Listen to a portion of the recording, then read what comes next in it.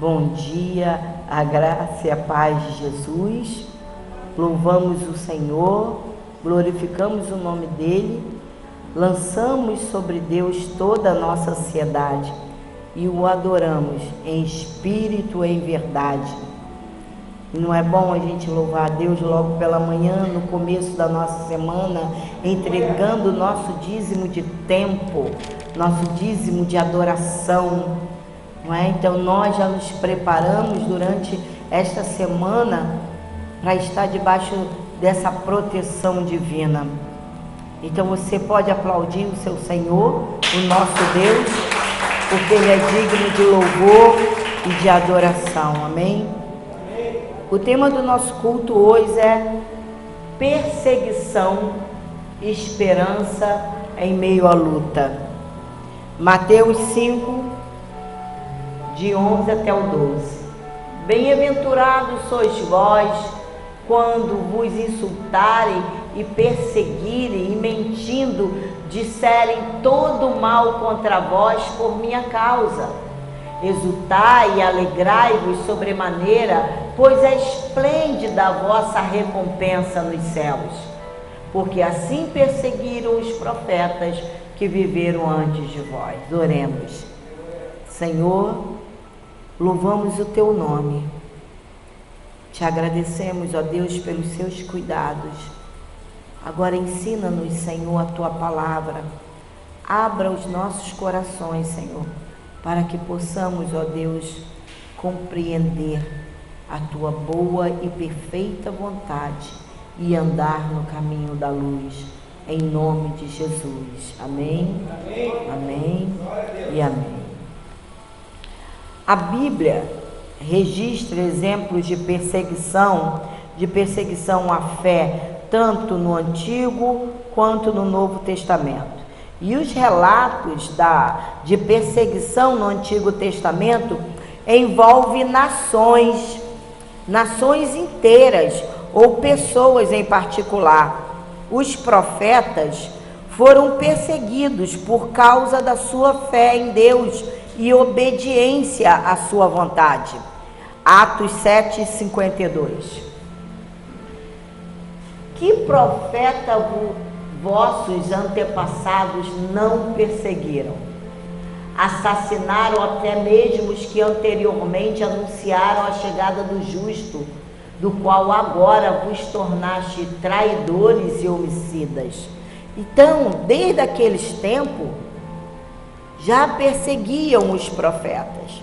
E os profetas pagavam com as suas próprias vidas. E hoje nós temos vivido um evangelho que às vezes nós somos perseguidos, algumas afrontazinhas, e já ficamos logo com o nosso coração inflamado. E esses profetas pagaram com suas próprias vidas. No Novo Testamento, o corpo da igreja, os 12 discípulos e outros cristãos foram perseguidos por se posicionarem ao lado do Senhor. Então, todas as vezes que alguma situação aparece na nossa vida, e aí você vai ficar de qual lado? Do mundo ou do Senhor? Nós vamos ser perseguidos. Nós seremos perseguidos. Todas as vezes que nós nos posicionar ao lado do Senhor, de alguma forma, nós seremos perseguidos. Mateus 5, de 11 a 12, que é o nosso texto base, fala: bem-aventurados sois vós quando vos insultarem e perseguirem e mentindo disserem todo mal contra vós por minha causa.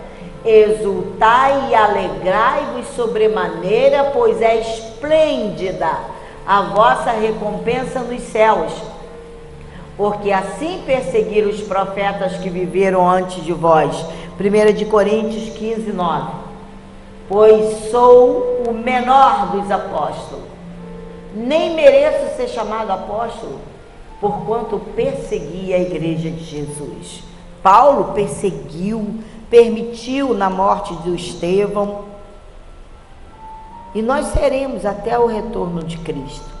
Jesus sofreu grande perseguição por parte dos líderes religiosos em seus dias. João 5,16. Por esta razão, os judeus perseguiam a Jesus e tentavam matá-lo, pois ele estava fazendo essas coisas durante o sábado.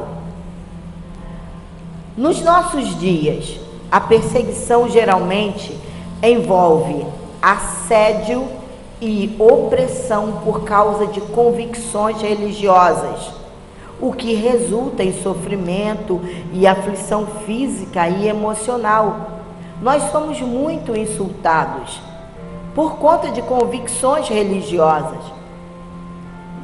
Algumas vezes você vai falar sobre um versículo e alguém se posiciona de lado contrário ao ponto de dizer que aquele versículo não está escrito na Bíblia.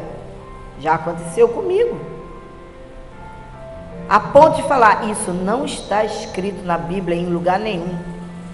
E até a escola dominical sabe disso, não é? Sabe que da história de Davi, até uma escolinha dominical conhece a história de Davi com o gigante Golias. Então a tribulação deve ser um aspecto esperado na vida cristã. Em parte, porque nós, os cristãos, devemos viver de acordo com os padrões e princípios mais justos do que aqueles defendidos pelos descrentes. 2 de Timóteo 3,12. De fato, todas as pessoas que almejam viver piedosamente em Cristo Jesus serão o quê? Perseguidas. Então não adianta você ficar lá no seu cantinho, Jesus, por que eu sou tão perseguido? Por que fazem isso comigo? E ele está dizendo, todas as pessoas que almejam viver piedosamente em Cristo Jesus serão perseguidas. Então é fato, vai acontecer sempre. Entretanto, a perseguição por causa da fé não é insuportável ou inútil. João 16:33. Eu vos preveni sobre esses acontecimentos para que em mim tenhais paz. Neste mundo sofrereis tribulações, mas tende fé e coragem. Eu venci o mundo. E embora a perseguição possa ser uma parte inevitável da vida cristã, nós não devemos procurar e nem provocar perseguição sobre nós. Às vezes nós provocamos. Muito do que se considera perseguição pode, na verdade, ser uma consequência de insultos, uma questão de baixa autoestima ou resultado de maus julgamentos. Às vezes criamos isso na mente. Não é nada daquilo. E aí acaba sendo uma perseguição. Nessas horas, temos que ser o quê? Sábios ao discernir a verdadeira causa da perseguição e os motivos que a provocaram. A perseguição é inevitável também por essas razões. O mundo pecaminoso odeia Deus. João 15:18. Se o mundo vos odeia, sabei que antes de vós odiou a mim. 2. As coisas da carne lutam contra as coisas do Espírito. Gálatas 4:29. No entanto, assim como naquele tempo que nasceu de modo natural perseguia o que nasceu segundo o Espírito, assim também acontece nos dias de hoje. 3. A tribulação é inevitável em uma vida justa. Mateus 5:10. Bem-aventurados que sofrem perseguição por causa da justiça, porque deles é o reino dos céus. E ainda, 4, nós os cristãos somos sustentados com a ajuda, com a força e poder de Deus para enfrentar nossas tribulações. Romanos de 8, 35 até o 39. Quem nos separará do amor de Cristo? Será tribulação, ou ansiedade, ou perseguição, ou fome, ou nudez, ou perigo, ou espada? Como está escrito, por amor de ti somos entregues à morte todos os dias. Fomos considerados como ovelha para o matadouro. Próximo. Contudo, em todas as coisas somos mais que vencedores, por meio daquele que nos amou. Portanto, estou seguro de que nem a morte, nem vida, nem anjo, nem demônios, nem o presente, nem o futuro, nem quaisquer poderes, nem altura, nem profundidade, nem qualquer outra criatura poderá nos afastar do amor de Deus que está em Cristo Jesus, nosso Senhor. Amém? Glória a Deus. Aleluia. Nada pode nos separar do amor dele. Ele estende a destra de amor dele sobre nós e nos guarda de todo mal. E aí, nós somos mais que vencedores. Nós, os cristãos, temos de enfrentar a perseguição com paciência, e haja paciência, resistência e firmeza. Romanos 12, 12. Alegrai-vos na esperança, sede paciente na tribulação, perseverai no quê?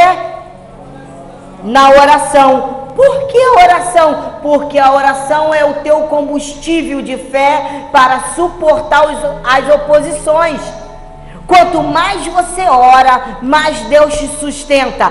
Você não faz nada e aquela situação é resolvida. Tiago 5, de 7 a 11. Portanto, meus irmãos, sede pacientes até a vinda do Senhor. Observai como o lavrador aguarda o precioso fruto da terra, esperando com paciência até que receba as primeiras chuvas de outono e as que encerram a primavera.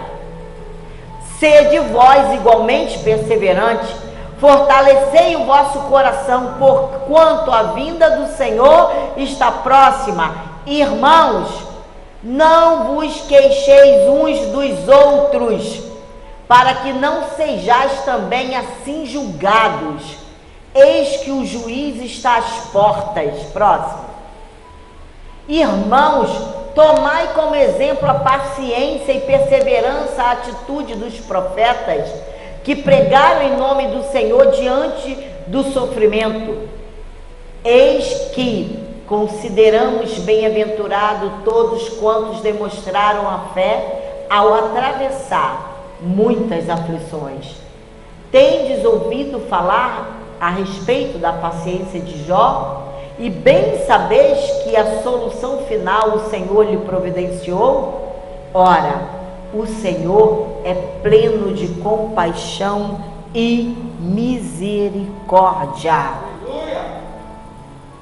Você tem que crer no Senhor, você tem que ter essa firmeza, nós temos que ter essa firmeza em que Ele nos guarda e nos livra e nos testa na perseverança, no meio da tribulação, no meio da perseguição. Como será a nossa postura?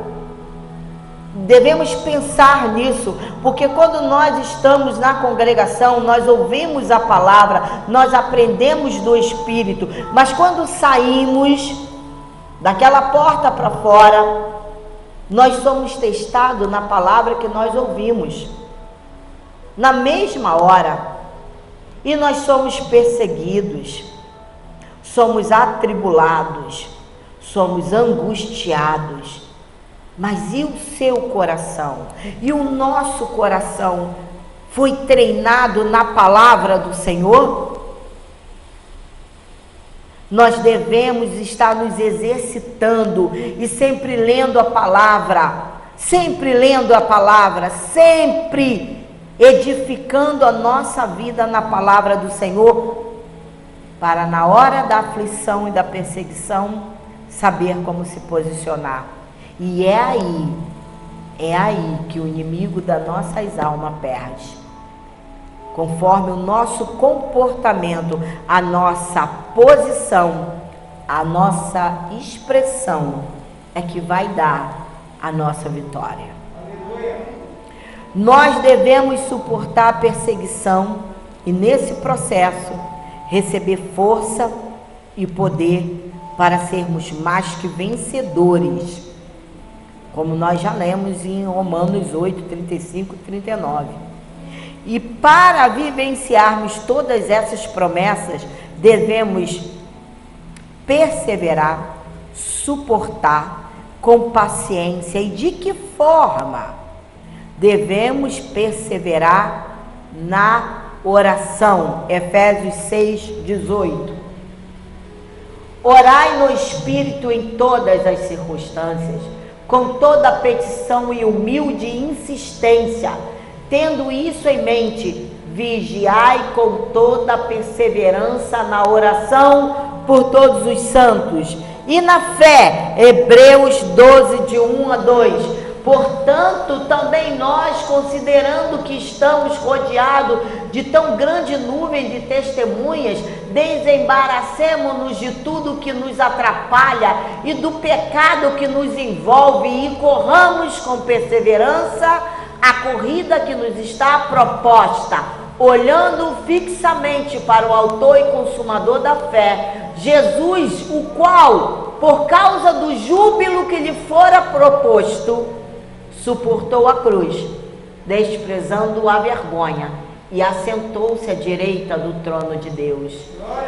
Ele olhou fixamente, e ele sabia do que tinha sido proposto para ele. Nós também sabemos o que é proposto para nós, que um dia entraremos na grande cidade celestial, mas na hora de suportar, não suporta. Jesus sabia qual era o grande júbilo que aguardava ele, e ele fez o quê? Suportou os xingamentos, as infâmias, as chocarrices, suportou a cruz, os chicotes, as lâminas. Ele suportou, porque ele sabia o que estava o aguardando. Nós também sabemos, mas na hora do vamos ver, na hora de aguentar a carne firmezinha, e falar para ela: aquieta-te, não se levante. Nesse momento parece ser humilhação. Nosso Senhor sofreu grande humilhação, mas ele sabia o que tinha sido proposto para ele, resistia até o fim, e ele está onde? Assentado à direita do trono de Deus. Nós temos que viver o exemplo de Jesus. A nossa carne é uma coisa terrível e nos envergonha diante de Deus. E no meio desse processo, e não adianta que não ficará ninguém sem passar por esse processo, nós temos que lembrar do nosso Senhor. Nós temos que lembrar. E na obediência, Apocalipse 14, 12. Aqui está a perseverança dos santos, daqueles que obedecem aos mandamentos de Deus e permanecem fiéis a Jesus. E no serviço, 1 de Coríntios 15, 58, portanto, meus amados irmãos, permanecei firmes e que absolutamente nada vos abale. Dedicai-vos dia após dia à obra do Senhor plenamente, conscientes de que no Senhor todo o vosso trabalho jamais será improdutivo. Então faça com alegria o que você estiver fazendo para o Senhor, seja o que for, não reclame, faça com amor, porque o nosso Deus estende a sua destra de amor sobre nós, Ele nos lavou com seu sangue precioso. Quando nos deixamos dia após dia uma vida, quando nós dedicamos dia após dia uma vida piedosa, nós somos recompensados copiosamente pelo Senhor com a dádiva do fruto do Espírito. O nosso compromisso diário nos conduz a uma disciplina duradoura. Aí é normal, fica normal na nossa vida, fica normal não tropeçar mais, fica normal olhar para os insultos e fazer: ai, ai, tem que orar por esse. É assim, a nossa disciplina fica duradoura. O mundo não gosta de compromissos. Os filhos de Deus são chamados a uma vida de compromisso com o Pai e uns com os outros. Assim era na igreja primitiva. Todos se reuniam em oração. A Bíblia diz que os apóstolos se reuniam todos os dias na casa de um, para a oração e partir do pão, todos os dias.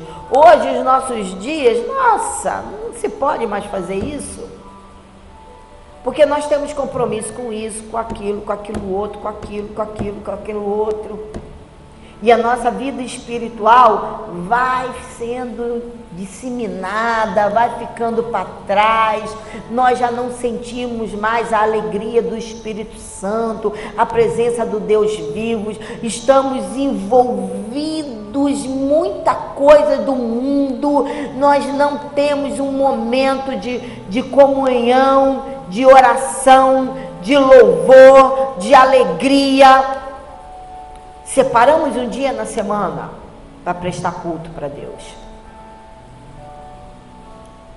Isso para não cair no esquecimento, porque com o coronavírus muitos deixaram de congregar, usaram isso como desculpa para não ir mais, e por isso que muitos aí agora estão à deriva e estão achando que tudo é normal e não vigiaram. Estão sem igreja, sem pastor, sem palavra. Aí diz: ai, eu olho aqui na live, a live é boa, tem muita live boa por aí, mas a palavra de Deus diz assim: não deixeis de congregar, como é costume de alguns. Paulo fala isso, e é exatamente isso, na essência, o que Paulo estava falando.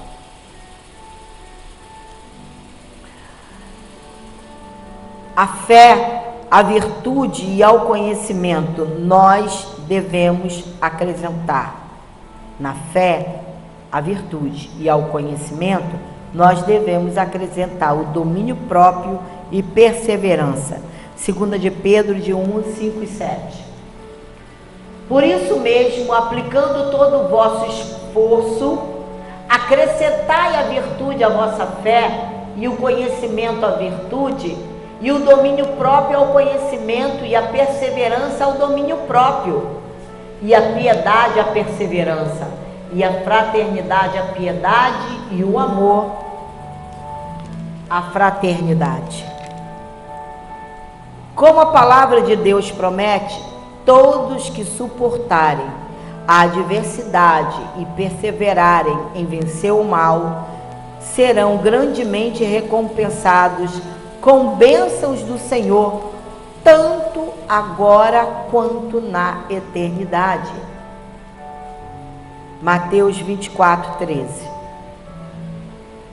Aquele, porém, que continuar firme até o final será salvo. Hebreus 11, 6.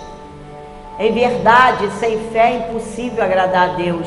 Portanto, para qualquer pessoa que dele se aproxima, é indispensável crer que ele é real e que recompensa todos quantos se consagram nele.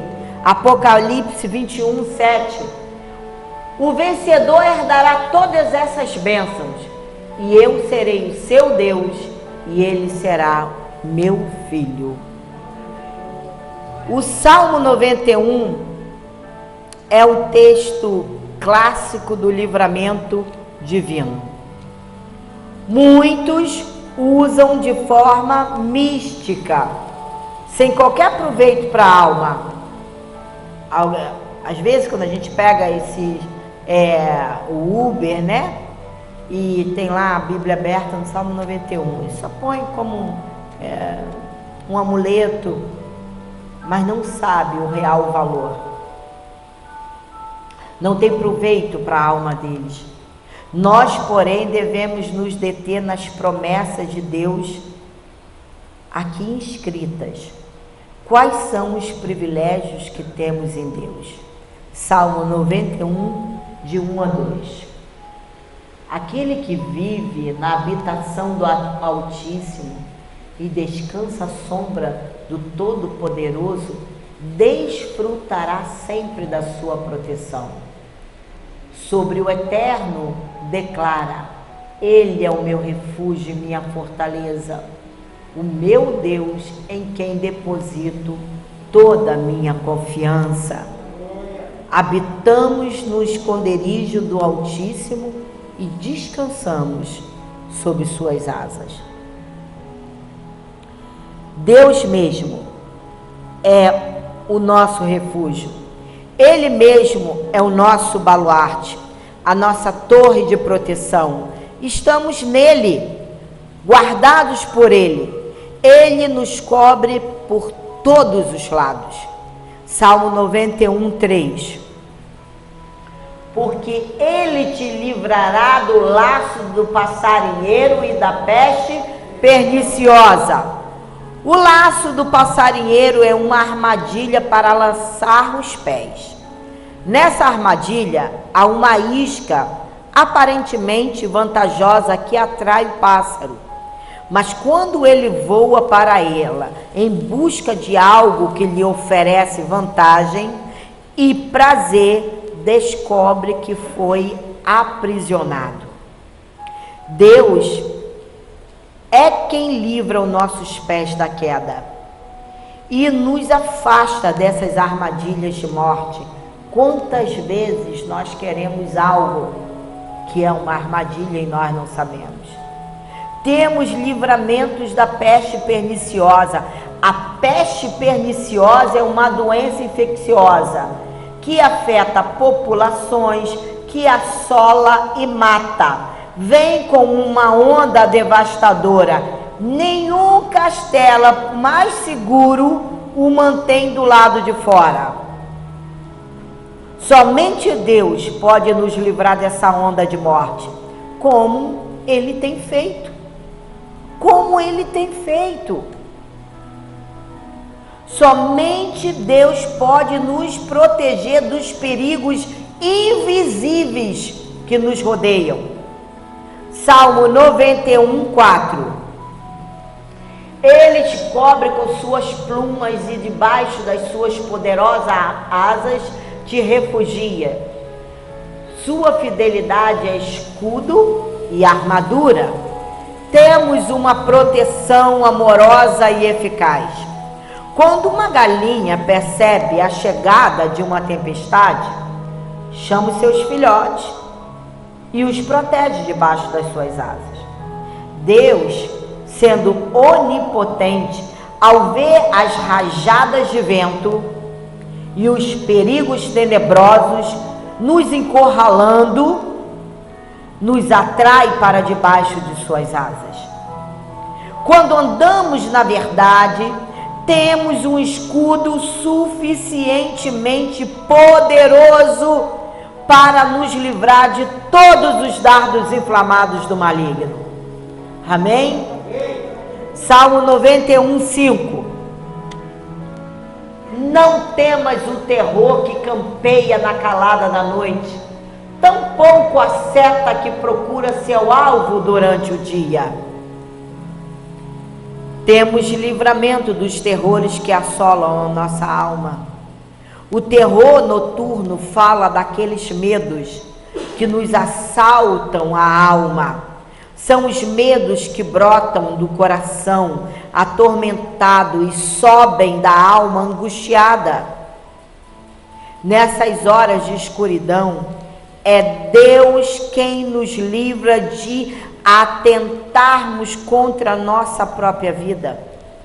Deus nos livra não apenas de perigos invisíveis na calada da noite, mas também nas horas das ameaças reais que tentam nos atingir como setas cheias de veneno na correria da vida diurna.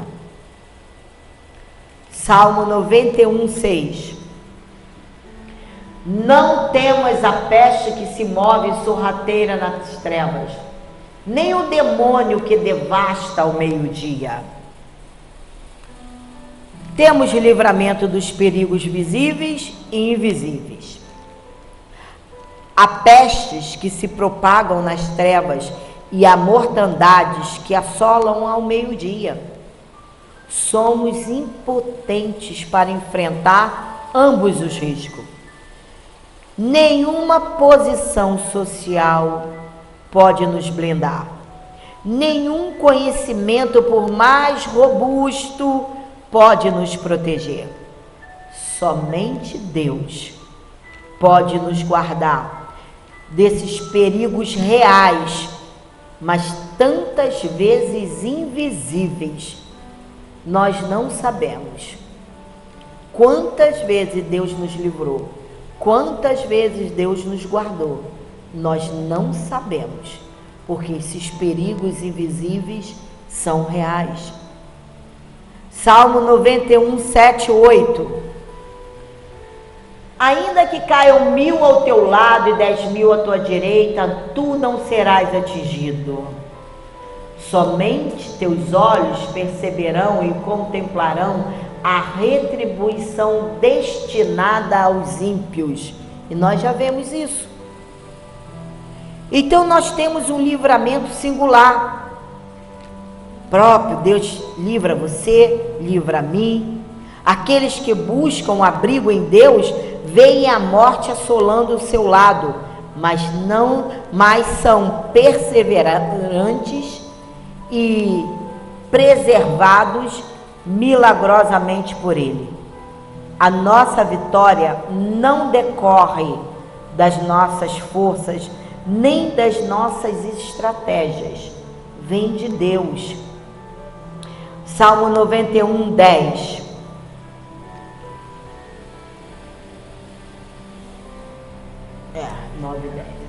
Porquanto afirmaste, o Senhor é o meu refúgio, e fizeste do Altíssimo a tua morada, nenhum mal te alcançará, desgraça alguma chegará à tua tenda.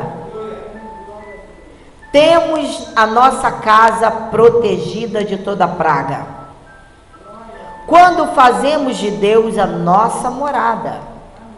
Deus vem morar em nossa casa, protegendo-nos de todo mal e de toda praga.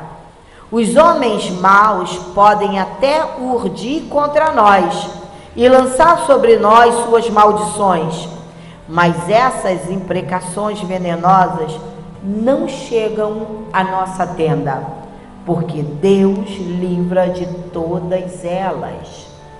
Salmo 91, de 11 a 13. Porque os seus anjos dará ordem ao teu respeito para te guardarem em todos os teus caminhos. Eles te sustentarão nas suas mãos para que não tropeces com o teu pé em pedra. Pisarás o leão e a cobra, calcarás aos pés o filho do leão e a serpente. Temos o ministério de anjos em nosso favor. Nós temos. Às vezes estamos na rua, sozinhos, no escuro, tentando chegar em casa e os anjos do Senhor estão ministrando em nosso favor. Os anjos são ministros de Deus que trabalham em nosso favor. Eles nos guardam e nos livram. Quando andamos em todos os caminhos de Deus, os anjos nos sustentam e nos livram de tropeços. Ouçam,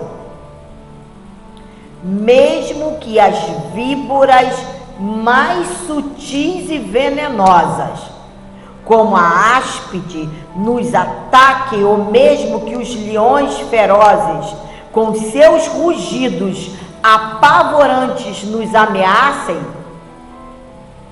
prevaleceremos. Prevaleceremos. Seja qual for a voz que está tentando te intimidar, a palavra de Deus diz que Ele coloca anjos ministrando em teu favor. E você prevalecerá, em nome de Jesus. Salmo 91, 14, 16. Porquanto Ele me ama, eu o resgatarei, eu o protegerei, pois este conhece o meu nome. Sempre que chamar pelo meu nome, hei de responder-lhe. Estarei sempre com ele nos momentos mais difíceis, quando enfrentar tribulações. Eu o resgatarei e farei que seja devidamente honrado. Eu o contemplarei com vida longa e lhe revelarei a minha salvação. Assim disse o Eterno. Temos as promessas de Deus asseguradas. Aqueles que se apegam a Deus com amor têm de Deus a promessa de livramento. Aqueles que conhecem o nome de Deus são colocados a salvo. Nós invocamos a Deus e recebemos de Deus a resposta. Mesmo que a angústia chegue, Deus dá a sua presença, o seu livramento e sua recompensa de vida longa na terra e salvação eterna. Então, não tenha medo de perseguição, da luta. Persevere. Podemos realmente vivenciar bênçãos em meio à perseguição. Nós podemos. 1 de Pedro 3,14. Todavia, ainda que venhais a sofrer porque viveis em justiça, sereis felizes. Não vos atemorizeis, portanto, por causa de ameaças, nem mesmo vos alarmeis. Não é para ficar alarmado, não é para ficar atemorizado. Você vive na palavra. Nós que vivemos na palavra não temos que temer o rosto de ninguém, de homem algum, de ameaça alguma, nem de palavra alguma contrária, nem de maldições que venham contra a nossa vida. Elas não terão efeito. Maldição sem causa não se cumpre, diz a Bíblia. Porque Deus não abandona a luta do cristão contra ela. 2 de Coríntios 4, de 7 a 10. Temos, porém, este tesouro em vaso de barro, para demonstrar que este poder, que a tudo excede, provém de Deus e não de nós mesmos. Veja que maravilha. Um poder que tudo excede. Sofremos pressões de todos os lados, contudo, não estamos arrasados. Ficamos perplexos com os acontecimentos, mas não perdemos a esperança. Próximo. Somos perseguidos, mas jamais desamparados. Abatidos, mas não destruídos. Trazendo sempre no corpo o morrer de Jesus. para que a vida de Jesus, da mesma forma, seja revelada em nosso corpo. Você deseja isso? A vida de Jesus revelada no seu corpo? Então ele diz, Paulo diz, corro para o prêmio da soberana vocação em Cristo Jesus. Ele corria e ele dizia assim, nossa, já foi formado em mim o Cristo em nós, a esperança da glória. E isso só acontece na vida da igreja, quando a igreja coloca a carne debaixo dos seus pés, submete a carne à palavra do Senhor. E aí, o morrer de Jesus no nosso corpo, porque ele enfrentou tudo em obediência, e a vida de Jesus, da mesma forma, sendo revelada em nós. Amém? Amém? Você quer levar sempre no corpo morrer de Jesus para a sua vida se manifestar em seu corpo? Persevere na perseguição, nas lutas, para que possamos vivenciar as promessas de Cristo em nossas vidas. Nós precisamos disso, igreja. Já passou tempo demais, já perdemos tempo demais, perdemos muito tempo pensando nos tesouros da terra. Isso passa, porque se não passasse, quando nós morremos, levaríamos conosco, mas não levamos nada, nós não levamos nada. Então, se não levamos nada, nós temos que parar de correr pelo que é corrupto. Nós temos que ter Cristo em nós, a esperança da glória, formado no nosso ser. A estatura de um varão perfeito. Já perdemos tempo demais com isso. É hora de dar uma guinada na nossa vida espiritual. Mas chegou um tempo, pastora, de esfriamento espiritual. Ninguém ama mais a igreja como antes. Ninguém vai correndo para a casa do Pai prestar culto. Ninguém é mais tão obediente assim à palavra do Deus vivo e seus mandamentos. Mas façamos uma força, porque esse tempo de esfriamento está escrito que chegaria. Mas nós, alertados como estamos pela palavra, nós venceremos essas dificuldades e aí glorificaremos o nosso Pai, o nosso Deus Todo-Poderoso, no meio de perseguição, no meio de angústia, no meio de lutas, no meio de tristeza. Sabe por quê?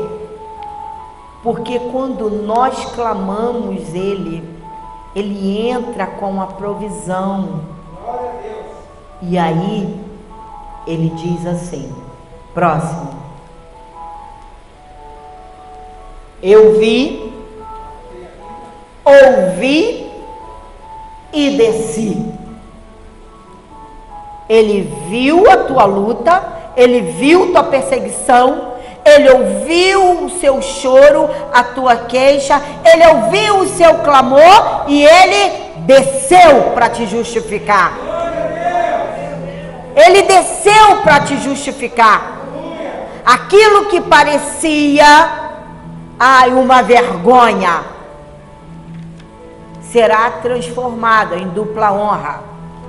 Porque Ele viu o que estão fazendo com você, Ele viu o que fizeram com você, Ele ouviu a sua queixa, mas Ele também ouviu o seu clamor e Ele desceu para julgar a tua causa. Amém? Glória a Deus. Aplauda o seu Senhor. Assim disse o Senhor. Graças a Deus toda a glória. Louvado seja o nosso Deus. Aleluia. Oremos ao nosso Deus e Pai. Após a oração, aí você pode finalizar. Senhor, te louvamos, Senhor, por esse momento na tua presença. Te louvamos, ó Deus, porque tu sempre estás conosco. Te louvamos, Senhor, por ouvir a tua palavra, por aprender do teu Espírito, Senhor. E assim são aqueles guiados pelo Espírito, não sabem para onde vão, porque são guiados pelo Espírito. E esse manancial de águas vivas, Senhor, transborde no nosso ser, nos nossos corações. Nos dê, Senhor Deus, a tua promessa, Pai, de alegria, de paz e de conforto, assegurados, Senhor, pela tua mão, porque o Senhor viu, o Senhor ouviu e o Senhor desceu para julgar a nossa causa. E esta causa está ganha no nome de Jesus. Amém? Amém e amém. Graças a Deus.